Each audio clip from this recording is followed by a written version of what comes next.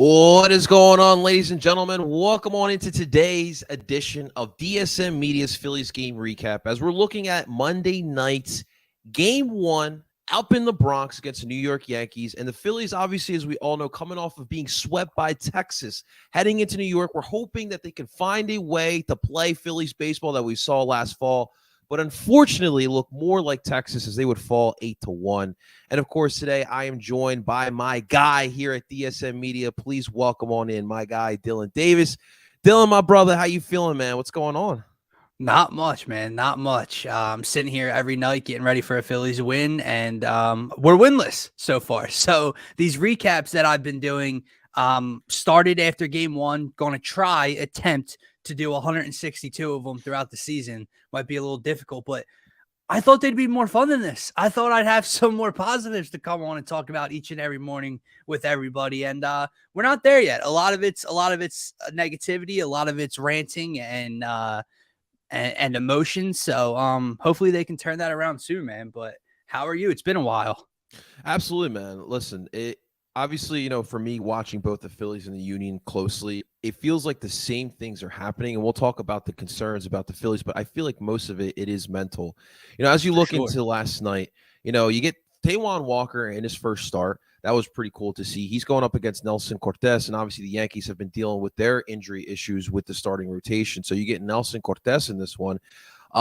Listen, Nelson looked pretty solid to start it off, but then obviously the Phillies got things starting to work a little bit later on.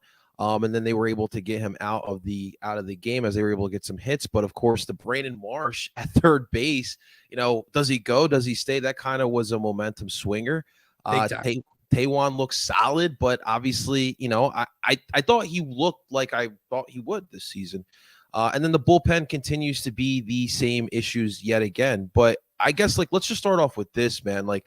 It's every loss has been pretty similar. It's been bullpen. I don't know. For you, what's your main concern? What's been going on with the Phils as of late? My main concern is Rob Thompson figuring out this bullpen. When you look at the lineup, I know they're on back-to-back games of one-run baseball. The game before that on Saturday when they lost 16-3, scored 3 runs, left a lot of runners stranded in scoring position. They've done the same over the last 2 games, but the Phillies lineup, A, we know how talented and deep they are. A, we know they're still without Bryce Harper. That'll get fixed. And B, they have not had a game this year with less than 9 hits plus 1, 2, or 3 walks. So they've had double-digit base runners in each and every game. That'll figure itself out to me. I'm not overly concerned about the lack of scoring and leaving runners in scoring position. The starting rotation, right? You mentioned Taijuan Walker last night. Brandon Marsh, you mentioned the rounding third base mistake. How about the error to start the game that they don't call an error, but I mean, let's call it what it is here, right? It should have been a leadoff single for DJ LeMahieu.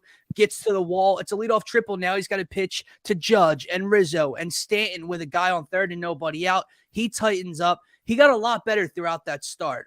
Aaron Nola, Zach Wheeler, you expect those guys to bounce back. You expect those first starts to kind of seem like outliers as the season goes on. This bullpen, however, I mentioned Rob Thompson's name specifically because as you saw Gregory Soto bounce back in a second appearance, you saw Sir Anthony Dominguez bounce back in a second appearance. I think the back end of it is pretty talented when you talk about Soto and Alvarado and Dominguez and hopefully a good Craig Kimbrell this season who had a rough outing too. But I don't know that Rob has a good hold on it. And I think he's doing the same thing with the bullpen that he's doing with the lineup. He's trying to tweak and tinker and figure out what to put where when, to me, you should already have an idea of that come opening day. Junior Marte does not need to throw another pitch in the Phillies uniform. I don't care how young the kid is. I don't care what upside they saw. He was free for a reason. He was the last guy or second to last guy to make the team for a reason. And for whatever reason, Rob Thompson has thrown this kid out there in a tie ball game or in a 2-run ball game each of his first 2 starts, and he's gotten destroyed in both outings that he's had in a Phillies uniform so far. So I think Topper trying to figure out who to plug in where in this bullpen is kind of my biggest concern so far. Yeah, I mean, look, obviously they're missing some key pieces, especially in the batting lineup. I mean, Rhys Hoskins to me has been a big loss when you think about being a dugout leader and a voice in there. But I mean, for me, like I'm okay with trying to see what you have in a guy like Junior Marte in the fourth Yeah, game of the sure. season. I'm okay with that. It does bring up a bigger question though, because like it's honestly connects to the birds because it feels like in sports in general, spring training, preseason, whatever you want to call it, training camp, it seems like the workload has digressed a little bit. And the same thing here in baseball as well. You don't really put out your full guns out there throughout spring training. So obviously you're going to have some rustiness. And so that is a debate on its own, whether or not you should give them a full look during spring training. But yeah, I mean, I'll say this. We saw Junior Marte come in there for Taijuan Walker, and that's all we need to see. Okay. Yeah. That's all you need to I, see. You put him out there. It didn't work. Now we move on. We try to find better middle inning guys. That's just kind of the way I look at it. But I just go ahead. I look at the moments and spots he's going to this kid early on in the season. 2-run ball game in Yankee Stadium. The game's not out of hand yet. Like it's really not. The Phillies almost cracked through the previous inning before that Marsh third base mistake. And then you basically take the bats out of your lineup's hand because this kid can't hold it down, man. So it was disappointing from that point of view. You know what, too, Dylan? Like, I think for me, a concern is, I think more so the bats. I know, like, the arms, we see what the numbers are doing. It's terrible, right? But yeah, remember last year, right? When we signed on Schwarber, we signed on Castellanos, the hope was that these bats were going to just swing for the fences all the time. right. They're going to put up 8 to 9 runs a game. And so right now, the confidence is just not there. Obviously, listen, you can't allow these many 9 walks as well last night. I mean, that's atrocious in its own right as well. But these bats need to figure it out a little bit because 11 hits were made last night and only 1 run. Yep. That's not good enough either. And look, the Yankees didn't, I don't think they put any Mariano Rivera didn't come out of the bullpen last night for the Bronx Bombers. So to me, everything is just mental right now. And especially with the bats, these guys need to shake off this lack of confidence that they have and need to just go out there and have fun, just like what they did last fall. It's literally the next thing I was going to bring up to you, Parcero. Do they look like they're having fun in the first 4 games? No, they don't. And I'm not having fun because they're not having fun. When we last saw this team in October, early November, when they were making that World Series run, this team was fun on the field, production-wise, in the clubhouse, everything. They don't look like they're having fun. They're playing tight. They're playing like a team that knows they have high expectations, and they're trying to overcompensate without having their MVP and a 30-plus home run guy in Rhys Hoskins.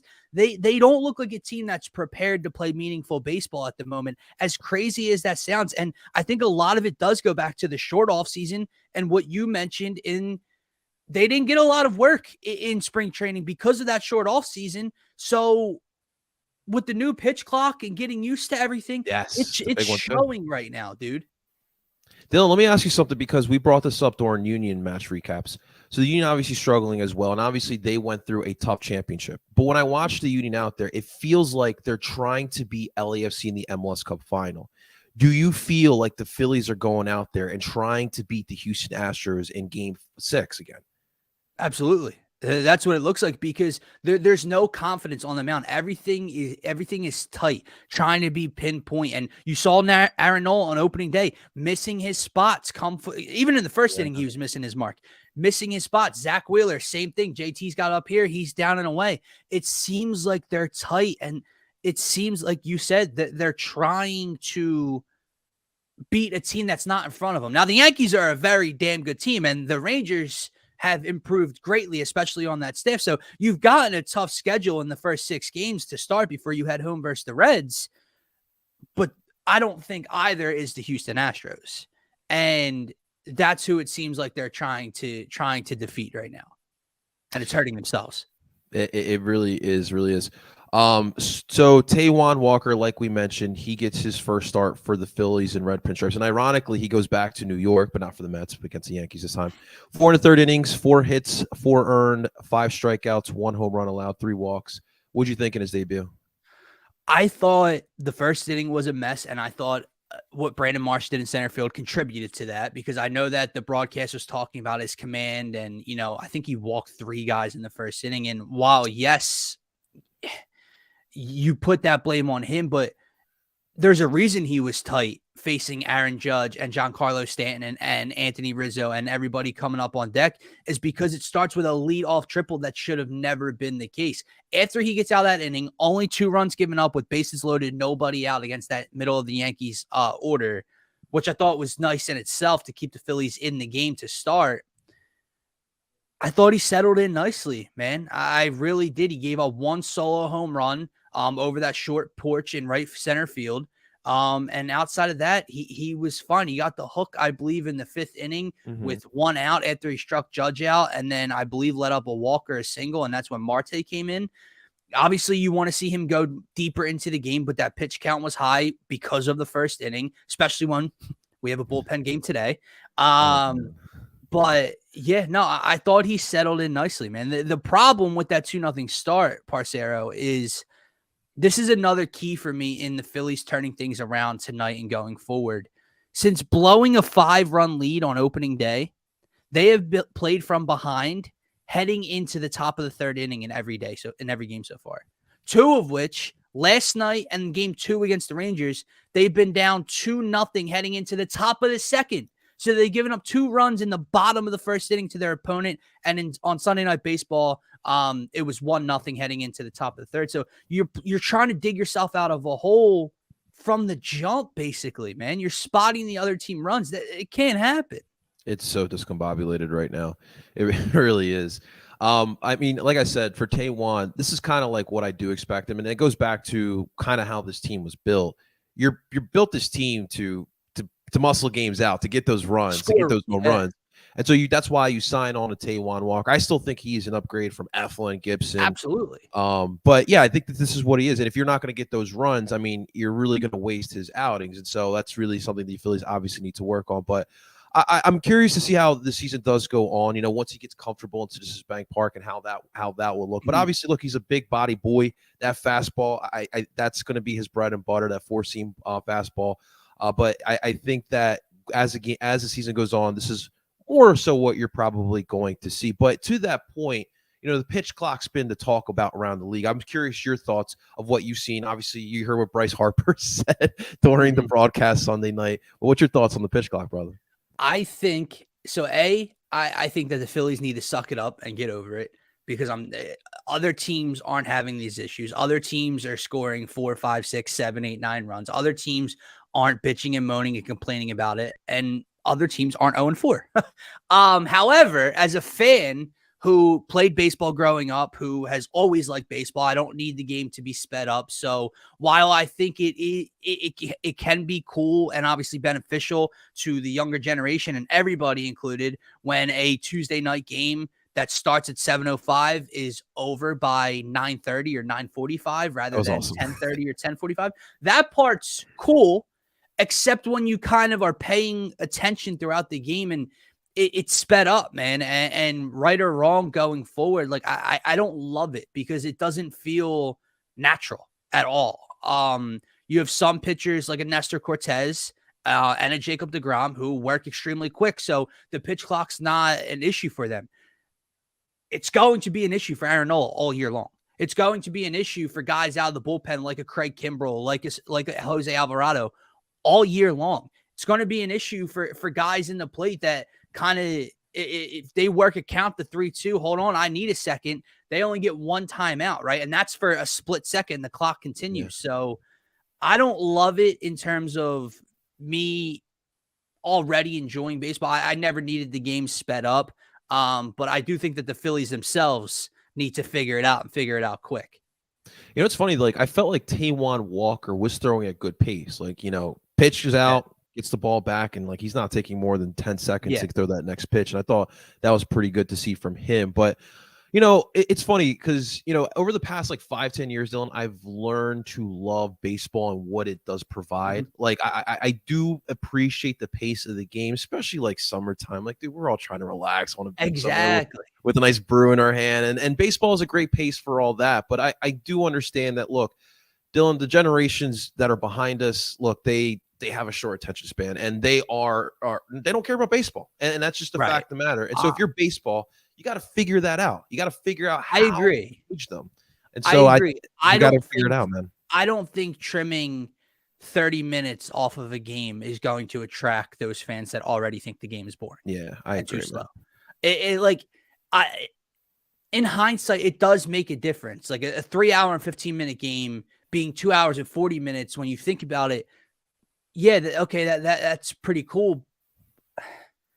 But it's not all that different, is it? Like, it's not all that different. And you mentioned it, like what happens summertime when you and I go to a game or whatever, and you're so used to sitting out, in the upper deck or whatever, no one's around you, it's nice weather, and you got a 3 hour game ahead of you, and next thing you know, it's 2 hours and 15 minutes, and your ass is back in the car.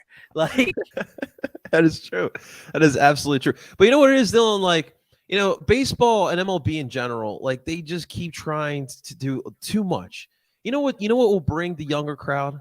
Reese Hoskins spiking the bat the way yeah, he did in the playoffs. Bryce Harper with his emotion, allowing these players to show personality that will drive them too. You know what's crazy about the NBA? I feel like the regular season doesn't hold the same weight as far as like significance or just like the amount of attention that it gets as much as the absolutely. offseason does. Dude, offseason is drama. Everyone is so in tune to what's going to happen. Where's this player going to get traded to? Like, and it's Yep. because the players are the show over there. And as in baseball is a show, and the older crowd likes that, but the younger crowd just doesn't really care for that. The MLB are always one step behind, man. Yeah.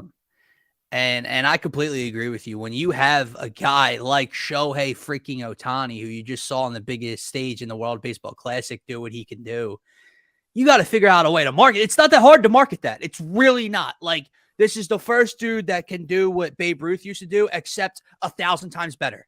Like realistic, especially on the mound and more consistently on the mound. And when he pitches, he also hits. You should be able to package that and market that pretty easily and pretty cool, right? When you have stars around the league, especially younger guys, like you can go within our division. When you have a guy like Ronald Acuna Jr., when Yeah. you have a guy in San Diego who has some off the field issues, but Fernando Tatis, who's always a joy to watch on the field, like you got to figure out a way to market it, man. And it feels like they drop the 8 ball every single time.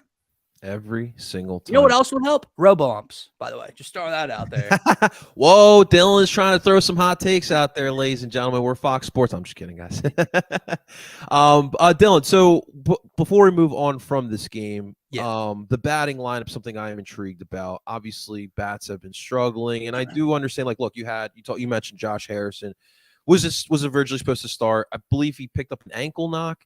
Yeah, I don't know, swollen somehow. He apparently he didn't know how his ankle was injured. I don't know about that one, Joshy boy. But all right, we'll go with that. But so as far as the batting lineup, how much tinkering should be going on as we move forward and we try to avoid 0-6 heading back to Philadelphia? How much? Not a lot.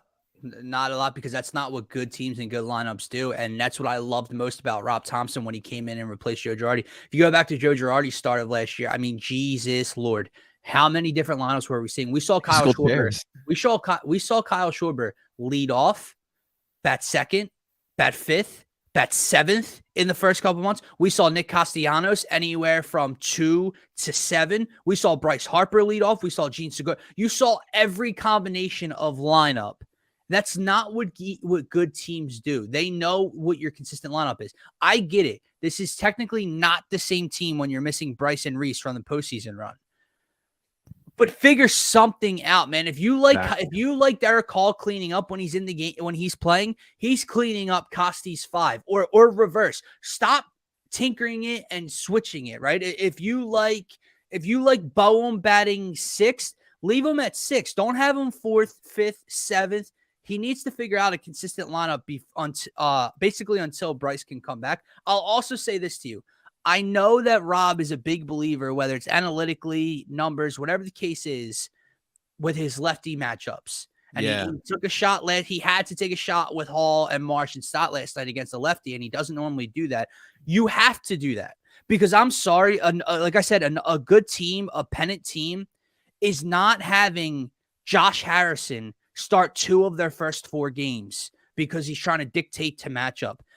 Let the lefties figure it out, man. It's the only way they're going to grow, and they should be your everyday starters regardless. I don't need to see Sosa's been good, right? Sosa's been really good over at third. I don't need to see Sosa at third and moving Bone from DH and first and Hall from DH and first because of a matchup. I don't need to see freaking Christian Pache anymore, let alone multiple times a week because of a left-handed hitter. Yeah, man. Listen. Brandon Marsh so far this season, it's been a little rough, but I agree with you. Just go out there and figure it out. It is a long season. I know no one wants to be 0-4, but these guys need to figure it out. And look, Hoskins maybe back in October. Harper maybe coming back. Yeah, Harper maybe coming back earlier as well. We're hearing May, June. So let these guys for right now figure it out. And once those guys come back, then we'll figure it out at that point as well. But I agree with you, man. Like, you don't need to tinker. I mean, you know how I feel about analytics in general as it is. At the end of the day, players play, and that's really Let the your only best thing. players play. Calculation's not going to control that. It's going to be the players that play out there on a day-to-day basis. So we'll see what happens. I was hoping that going back to New York, man, it would change something to this team. But, I mean, because, listen, Texas, we do struggle. Like, we struggled last year in Texas. Yeah, I mean, they're 0-12, I think, against Texas, going back to like 2010 or whatever. But yeah, I mean, if you can't like I know that Yankees lineup is pretty daunting, but I mean, if you can't get past that top half of it, it's gonna be tough. Gleyber Torres got his 100th home run yesterday. Here's the thing, man. It is daunting, and you're on the road. I get that. You know what other lineups are daunting? The Atlanta Braves did okay against them in the postseason. You know what other lineups are daunting? San Diego Padres handled them pretty good in the postseason. So, like, this should be nothing new. The Houston Astros, pretty daunting. You had a 2-1 series lead and fought them tooth and nail into Game 6. So, like, they should be accustomed to a lineup like this. You mentioned going back to New York and you were hoping it would change.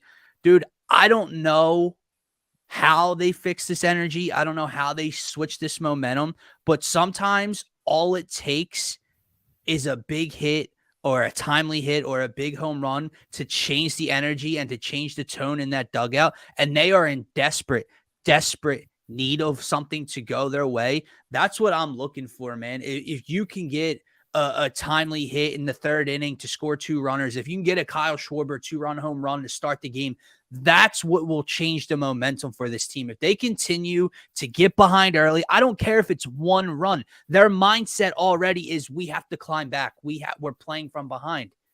Be the aggressor and go out there and start with a lead. Yeah. It's I guess like that Yordan Alvarez effect. I don't know, but I agree with you. Like, go out there and have fun and stop acting like you're still in the World Series, because we're not anymore. We're in Game 5 of the new season. Yeah. So treat it like it. So, like, I don't know, because, like, it felt like once the intensity lifted up last year, these guys played like a whole different team that we never even saw. So how do you get back down to earth? Because look, the rest of the league is here. The season is here. So now we got to go out there. And I agree with you. Like, you know, a Bryson Stott walk-off home run in extra innings like last year against the Angels. Something like that is really what's going to lift this team from an unlikely hero. And then that's how you kind of turn it around. But more than anything else, everyone has seen the stat.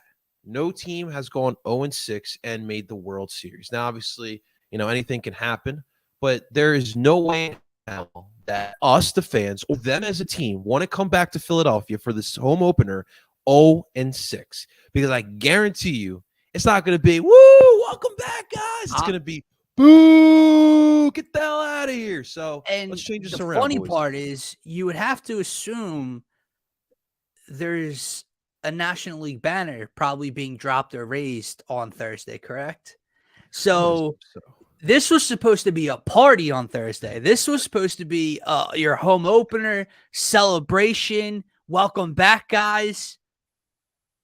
You start, listen, it's more and more likely that they could start 1-5 because winning 2 straight against the Yankees with a bullpen game and then Garrett Cole doesn't seem very likely at the moment. You never know. But 1-5 is bad enough, but like you said, winless, 0-6, back-to-back sweeps. Good luck, man. Good luck at that ballpark with these expectations. This fan base will not love that. That's let me throw this to you before we wrap up or whatever else you have planned here. this is kind of my goal now for them. Because I was like, here's the funny part. I understand like no one wants to start 0-4, like you said, and I'm getting frustrated. Like I'm frustrated. I'm not, enthused to watch these games right now. The bottom line is like the Sixers started 0-3 in the NBA season, right? And they play how many games? I believe 82 last I checked. Yeah. The Phillies are 0-4 and they play how many games? Yeah, exactly. So, like, I'm not happy with it. Criticize it. I'm criticizing it. But don't take it to a totality shape and act like this is what you're going to get the rest of the season. The goal now for me is to get back to 500. That's what you should be working towards, and then clean slate. Then you try to go on a run and figure things out from a day-to-day basis there. But right now, you got to scratch and claw, and within the next week or so, hopefully you're back to what's reasonable, man. 5 and 6, something like that. And then it's like, okay, now we can kind of get this thing going a little bit. I mean, listen, I'm okay with being 500 until the summer, and then boom. Well, dude, that's what they were for a majority of the season last year. Yeah. And listen, Dylan, thinking logically in Philadelphia, you're asking for way too much, brother. but you're 110% right. I mean, for me, especially with sports, hockey, basketball, baseball, a little bit soccer as well. I'm not taking 1, 2, 3 games with high regards. Like it's a long-term situation. But yes, when those big time shows, so when the Mets come around, the Braves come around, it's a different story. But we do got some. I brought this up to Scotty the other day because me and him were actually at the Sunday Easter game against the Braves 2 years ago for that first series. And I don't know what they did in their fourth game, so I don't know if they were 1-3 and 1-4. But the Atlanta Braves got swept by our Phillies in the first series 2 seasons ago. Or 3 seasons ago, whatever it was. The Phillies didn't make the playoffs starting 3-0, and the Atlanta Braves went on to win the World Series. So, like, 0-3, 0-4, why are like I know you gotta put a pin in it at some point. You need to crack the win column like now, right? But like let's not act like that's the cliff was 0-4, right? Instead of 0-3. Dude, Braves always start slow, and then they just win the division every. I believe when the Braves made those moves at the All-Star break for Jorge Soler and I forget who the other acquisition was, Jock Peterson, I think. Rosario, they were under 500, I believe, at that point. Like, I'm not saying like that could be an outlier. I'm not saying like that's the norm and like you just got to hope to be under 500 at the break. And no, but relax. Yeah, I mean, Ranger Suarez still out. Exactly. You only have Ranger out. Painter hopefully is back at some point. Like you have try to be around 500 when Bryce comes back. That's the bottom line. That's it. So we'll have the preview show here on DSM Media later here today. But game 2 will be tonight at 7:05. Max Stram will be on the mound here for the first time as a starter for the Phils.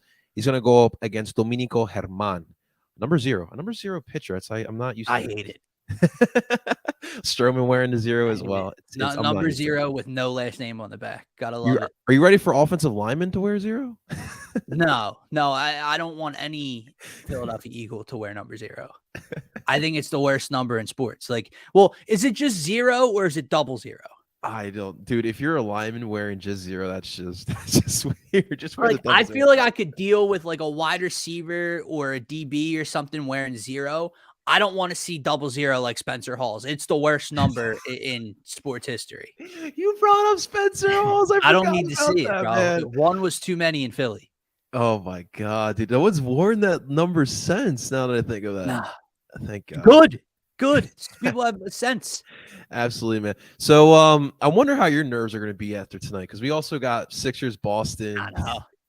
Phillies trying to make it. I'll be another mess because I got Champions League tonight with the Union. But yeah, it should be an interesting night. Our mood could be really Anybody good know or what really the Flyers bad. are doing?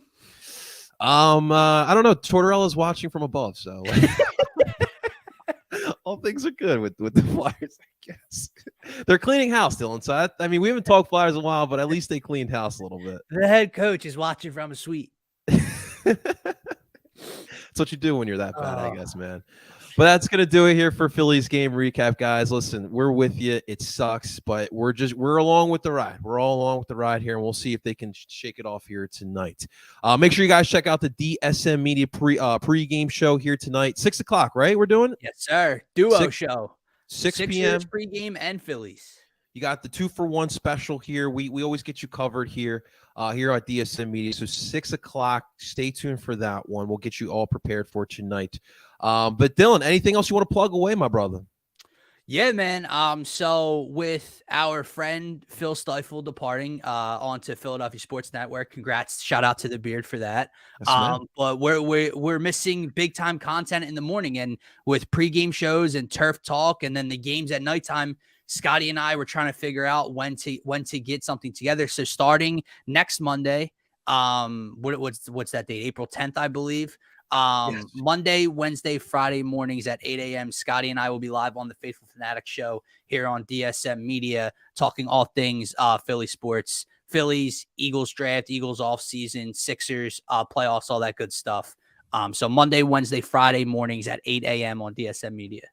Now, I always forget because when we were kids, the draft was a different one. Is the draft still April or is it May this year? It's a great question. Dude, really I good hate that they changed that, man. It's isn't it normally April like 28, like that weekend, like the latest weekend in April? I thought so, man. Dude, I used to watch all 7 rounds of the NFL draft. It's changed a lot. Shout out to you, bro. Shout out to you. I was out by like round 4. I feel that, man. I feel that. But yeah, so make sure you guys are subscribed here to DSM Media. Follow as well. Follow me. Follow Dylan. Follow DSM Media's page as well. That's going to do it here for us. Thanks so much for watching, guys. Hopefully we bounce back here tonight. And as always,